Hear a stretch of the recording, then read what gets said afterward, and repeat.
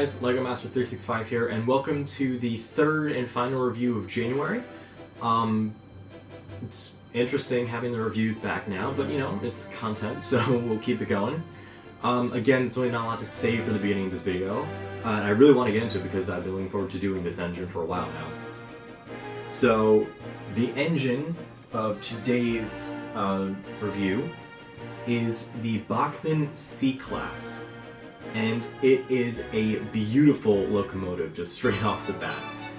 Again, there's really not a lot I can say about the engine, so I really think that we should just get into the review as quickly as possible, because there's a lot to say about this engine, and the process of getting it here, and getting it working, because there's a lot to say about that.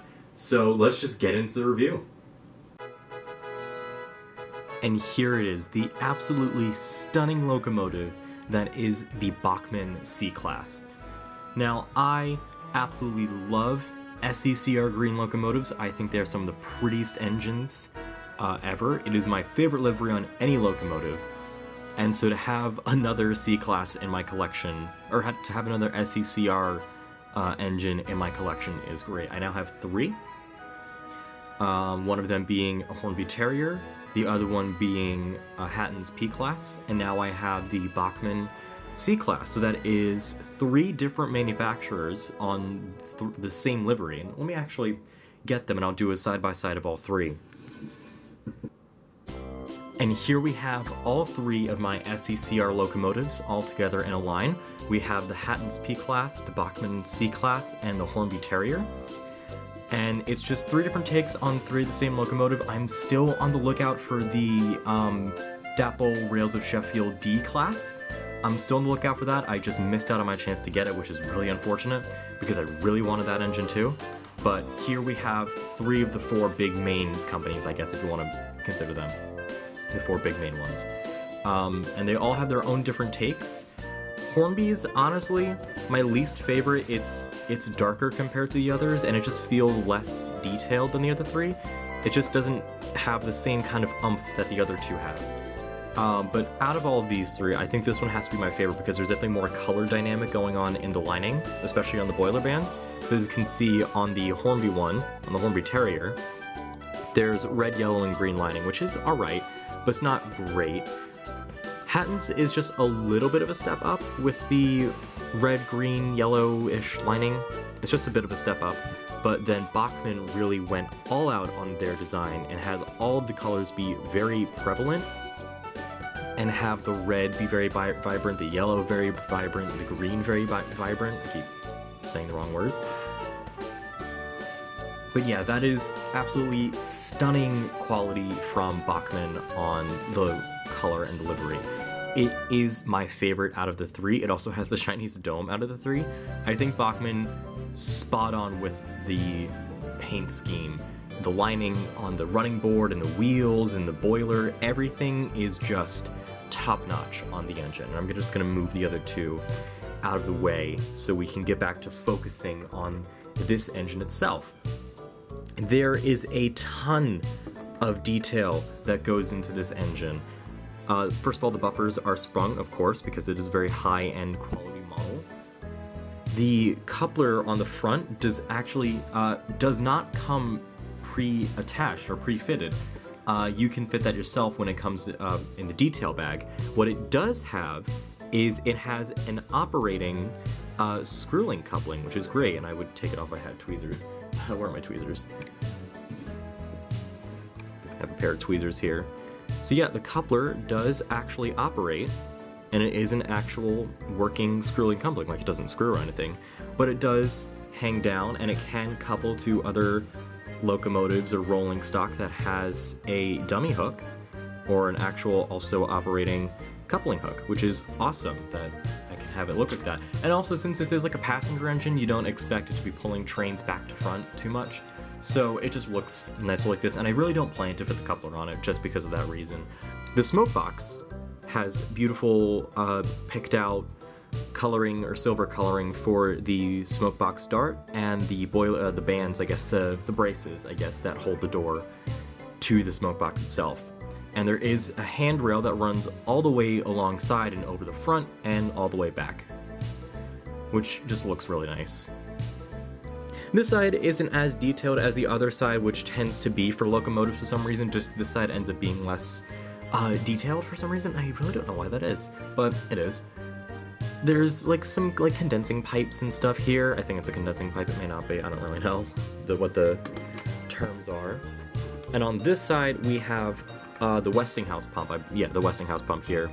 And a few little like other notches and stuff like that. We can even see more of the lining under here, underneath the smoke box, which is just ridiculous how much lining there is on this locomotive. This engine is actually kind of special because this locomotive is number 592, as you can see on the side here.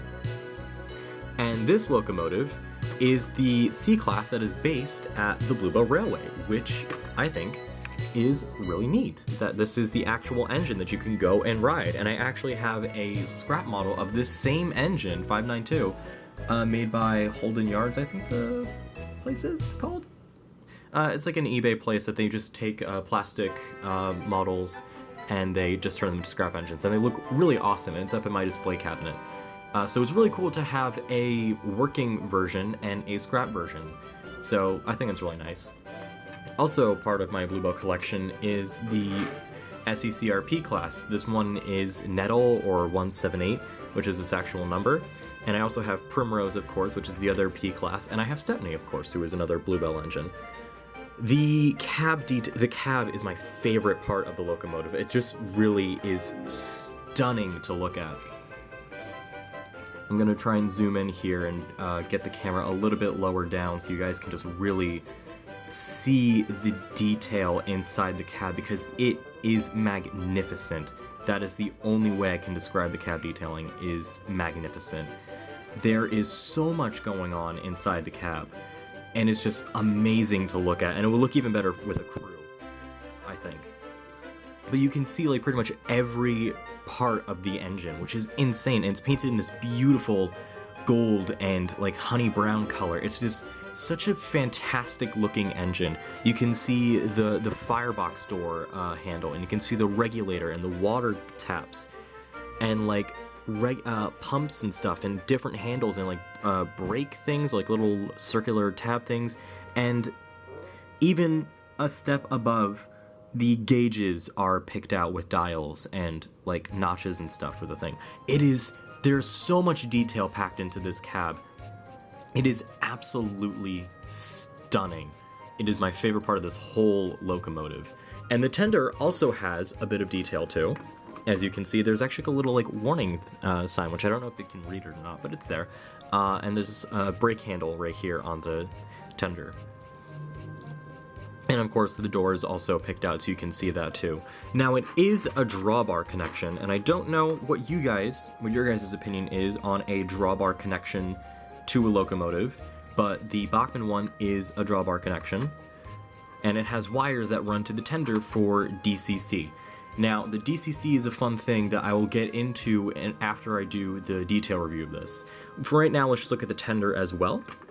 You can see the underframe detail on the frames, obviously, with like all the different lining and stuff and all the different curves and stuff, and it's the same on the locomotive as well, which really didn't show off, but you can see it there too, and it has, you know, sanding gears and stuff.